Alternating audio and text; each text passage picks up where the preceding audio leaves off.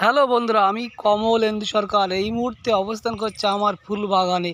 তো ফুল গাছ এখনও অনেক ছোট, এখনও ফুল আসতে 10-15 দিন লেগে যাবে।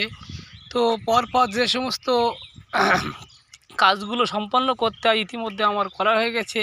ফুল গাছ মোটামুটি ধরে গেছে, এই যে। তো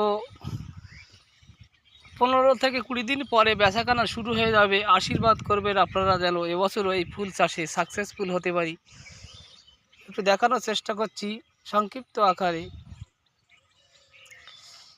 এই 6 কাঠা ফুল গাছ রেডি হচ্ছে, আর ওই সাইডে 6 কাঠা পড়ে রয়েছে, ওটা আবার 2-5 দিনের মধ্যে বসাবো। তো এই ছিল আজকে সংক্ষিপ্ত একটি ভিডিওটি ভালো লাগলে সবাই একটু লাইক কমেন্ট করবেন, এই কামনা রেখে আজকের মতো আমি কমলেন্দু সরকার বিদায় নিচ্ছি। সবাই ভালো থাকবেন, সুস্থ থাকবেন।